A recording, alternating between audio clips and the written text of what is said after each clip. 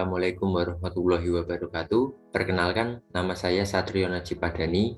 Saya berasal dari kelompok KKN AB 76080 GK UPN Veteran Yogyakarta.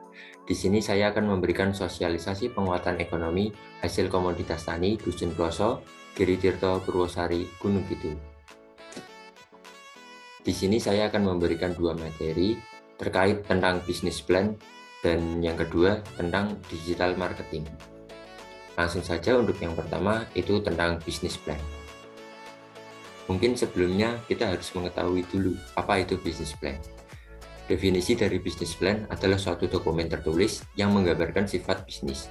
Dalam dokumen ini harus mengandung strategi penjualan dan pemasaran secara rinci, kondisi keuangan dan juga pendapatan serta pengeluaran selama menjalankan bisnis. Pembuatan dokumen ini bertujuan untuk mencantumkan tujuan yang ingin diraih oleh perusahaan, serta cara untuk mencapai tujuan tersebut dengan baik. Selain itu, suatu bisnis plan juga bisa dijadikan arahan tentang bagaimana suatu perusahaan mampu menjawab berbagai masalah dan tantangan yang ada di masa depan. Untuk selanjutnya, yaitu tujuan dan manfaat dari bisnis plan. Tujuan dari bisnis plan itu sendiri ialah sebagai pedoman perencanaan, pelaksanaan, memulai suatu bisnis. Tujuan bisnis plan untuk mensukseskan bisnis yang dijalankan supaya berjalan dengan keinginan bersama. Kemudian untuk manfaatnya sendiri itu ada 5. Untuk yang pertama sebagai media pedoman rencana bisnis, yang kedua mencari sumber dana atau alat untuk menarik investor, kemudian yang ketiga sebagai tolak ukur dalam mengambil keputusan, yang keempat menjelaskan tujuan bisnis, dan yang kelima sebagai prediksi. Nah, mungkin di sini saya akan menjelaskan unsur-unsur dari bisnis plan itu sendiri. Untuk yang pertama itu ada ringkasan eksekutif. Ringkasan eksekutif merupakan ringkasan berkas prastudi kelayakan yang berfungsi sebagai poin penting dalam bisnis plan yang dapat menentukan pengambilan keputusan dalam melakukan mitra. Fungsinya agar pembaca tertarik dengan bisnis yang kamu buat. Hal ini sejalan dengan kesan pertama yang menentukan langkah selanjutnya yang akan diambil calon mitra. Kemudian yang perlu diperhatikan apa saja sih yang harus ada di ringkasan eksekutif. Yang pertama itu ada tentang permasalahan. Untuk permasalahan harus menuliskan dengan lugas apa saja masalah yang dihadapi oleh bisnis. Sebaiknya ide bisnis mampu memecahkan masalah yang ada saat ini. Jika tidak, maka ide bisnis tersebut kurang terlalu menarik. Kemudian yang kedua itu ada solusi. Untuk solusi ini diberikan setelah pemaparan masalah sesuai identifikasi dengan baik. Selanjutnya dapat menjelaskan bagaimana bisnis kelak memberikan solusi. Penjelasan disusun dengan baik agar fokus pada solusi. Kemudian untuk lanjut yang ketiga itu tim atau bisa disebut juga dengan sumber daya manusia. Untuk tim sendiri adalah satu bagian penting dalam bisnis. Tim yang solid dan mumpuni akan melahirkan produk khas.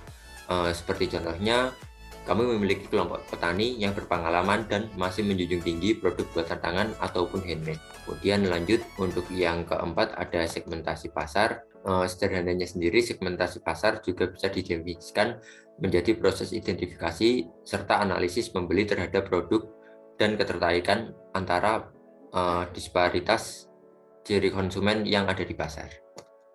Kemudian untuk lanjut yang kelima itu ada kompetitor.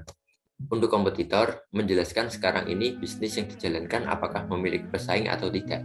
Jika ada, silakan untuk disebutkan dan buat bisnis Anda lebih baik daripada mereka. Kemudian yang selanjutnya yang keenam yaitu ringkasan keuangan. Untuk ringkasan keuangan sendiri tentu saja bagian paling menarik bagi investor adalah keuangan. Pastikan kamu mempunyai rencana keuangan yang jelas, target penjualan yang jelas, target laba, dan tenggat balik modal, besaran return of investment, kerugian maksimal, dan sebagainya. Kemudian untuk yang terakhir itu ada pencapaian. Yang harus diingat satu hal, investor bukan hanya membeli ide kamu, melainkan apa yang sudah kamu kerjakan juga.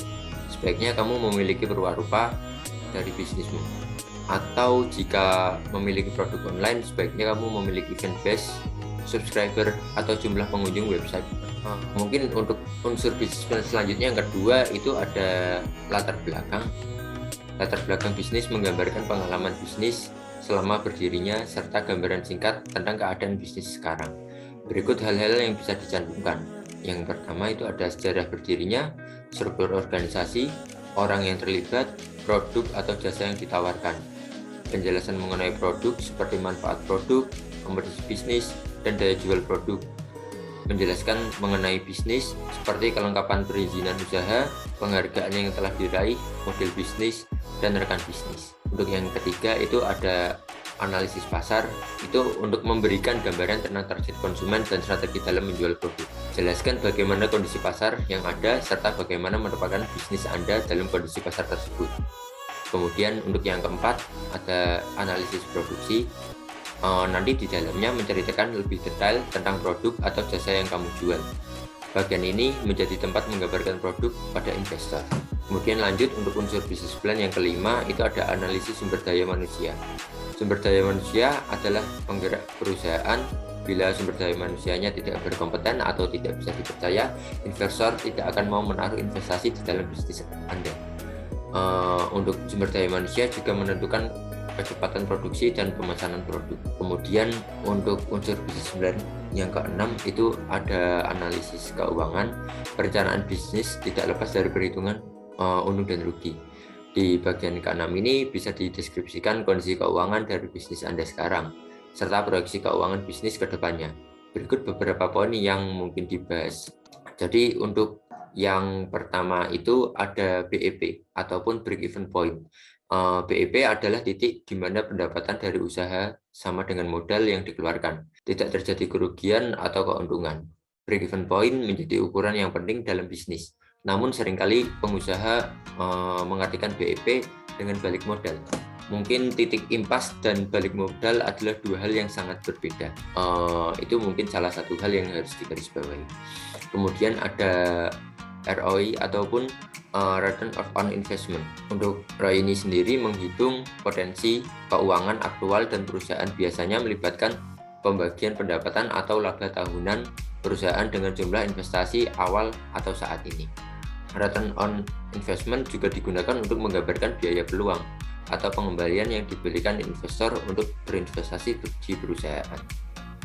Kemudian yang ketiga itu ada modal yang dimiliki sekarang. Kemudian untuk yang keempat dana yang dibutuhkan. Yang kelima biaya harian, bulanan dan juga tahunan. Kemudian yang keenam proyeksi keuangan untuk masa depan. Bisnis Anda akan berjalan seperti apa. Kemudian untuk unsur bisnis plan yang selanjutnya yang nomor 7 yaitu rancangan pengembangan. Satu hal yang paling dilihat oleh investor merupakan rencana dalam pengembangan atau melakukan ekspansi bisnis. Di sini bisa menjabarkan komitmen atau usaha yang ingin dikerahkan dalam pengembangan bisnis. Apa saja hal yang dibutuhkan dan harus dilakukan dalam pengembangan bisnis, dan strategi pengembangan bisnis ini ingin diterapkan. Kemudian untuk yang ke-8 ada resiko usaha, yaitu mengantisipasi berbagai jenis resiko. Ini dapat dilakukan analisa dari resiko-resiko berikut. Yang pertama resiko operasional, kemudian resiko finansial, yang ketiga resiko produksi, dan yang terakhir resiko likuiditas. Selain mengidentifikasi risiko, juga harus membuat rencana penanganan risiko tersebut. Setidaknya dengan mengantisipasi risiko seperti ini, Anda bisa meminimalisir atau mengurangi dampak risiko yang ada. Ya, mungkin langsung lanjut saja ke materi yang kedua tentang digital marketing. Apa itu digital marketing? Digital marketing adalah suatu aktivitas promosi, baik untuk mempromosikan sebuah brand, produk, maupun jasa yang menggunakan media digital. Istilah digital marketing memang baru ramai seiring dengan semakin banyaknya pengguna internet. Namun ternyata teknologi digital sudah mulai dipakai sejak tahun 1910. Pada waktu itu ada sebuah stasiun radio yang menyiarkan langsung pertunjukan opera dari gedung Metropolitan Opera di New York dan dapat didengarkan oleh orang-orang di beberapa lokasi yang berbeda di New York menggunakan earphone. Kemudian selanjutnya ada tujuan dan manfaat dari digital marketing itu sendiri. Berikut akan saya jelaskan tujuan dan manfaat dari digital marketing itu sendiri. Untuk tujuannya, yang pertama meningkatkan pangsa pasar, yang kedua meningkatkan pendapatan penjualan, yang ketiga mengurangi biaya, misalnya biaya distribusi ataupun biaya promosi.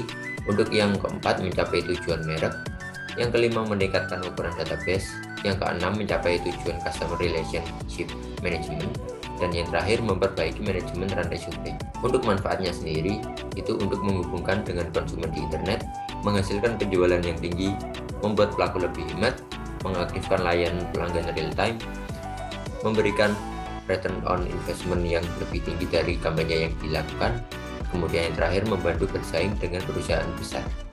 Selanjutnya yaitu saya akan menjelaskan jenis-jenis dari digital marketing itu sendiri. Untuk yang pertama, website.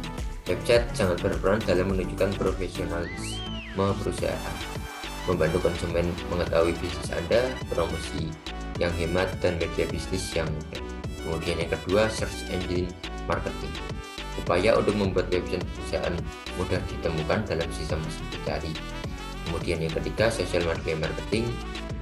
Itu berisikan edaran platform di media sosial seperti Facebook dan Twitter, karena dapat dilakukan dengan biaya yang minim bahkan gratis. Ini tentu saja dapat meningkatkan brand perusahaan. Kemudian yang keempat, online advertising, media promosi melalui internet dengan berbayar. Ini dapat mendapatkan konsumen lebih cepat dan memuaskan, namun terbilang lebih mahal dibandingkan jenis yang sebelumnya. Untuk yang kelima, itu ada email marketing. Anda dapat memberitahu informasi terbaru mengenai promosi yang sedang berlangsung maupun produk atau jasa terbaru. Kemudian yang keenam, video marketing. Dengan video marketing, Anda dapat langsung menjelaskan tentang bisnis Anda, menjelaskan produk dan cara menggunakan, serta menampilkan testimonial pelanggan. Selanjutnya ada kelebihan dari digital marketing itu sendiri. Untuk kelebihannya itu ada 5. Untuk yang pertama, kecepatan penyebaran. Untuk intinya, strategi pemasaran dengan menggunakan media digital dapat dilakukan dengan sangat cepat, bahkan dalam hitungan detik. Selain itu, digital marketing juga dapat diukur secara real time dan juga tepat. Kemudian yang kedua, kemudahan dalam evaluasi. Dengan menggunakan media online, hasil dari kegiatan pemasaran dapat langsung diketahui. Informasi seperti berapa lama produk Anda ditonton, berapa banyak orang yang melihat produk Anda, berapa persen konversi penjualan dari setiap iklan, dan sebagainya. Setelah mengetahui informasi macam itu, selanjutnya Anda dapat melakukan evaluasi mana iklan yang baik dan buruk, sehingga Anda dapat memperbaiki untuk periode berikutnya. Kemudian untuk yang ketiga, itu ada jangkauan yang lebih luas. Kelebihan berikutnya yaitu jangkauan geografis dari digital marketing yang luas. Anda dapat menyebarkan brand atau produk ke seluruh dunia hanya dengan beberapa langkah mudah dengan memanfaatkan internet. Kemudian yang keempat, murah dan juga efektif. Dibandingkan dengan pemasaran tradisional, tentu saja digital marketing jauh lebih murah dan efektif. Biaya anggaran yang dihemat dapat sampai 40%. Hal tersebut menurut Gathers Digital Marketing Spend Report. Seperti itu. Selain itu, survei yang menunjukkan bahwa 28% pengusaha kecil akan berpindah ke digital karena terbukti lebih efektif. Kemudian untuk kelebihan yang kelima yaitu digital marketing membantu Anda membangun nama brand dengan baik. Eksistensi di dunia maya dengan keberadaan brand Anda sangat penting karena orang akan melakukan pencarian online sebelum membeli produk Anda. Ya, mungkin sekian dari saya. Mohon maaf jika ada kata-kata yang mungkin tidak berkenan, dan jika semisal ada pertanyaan silahkan langsung tanyakan ke kolom komentar. Terima kasih. Wassalamualaikum warahmatullahi wabarakatuh.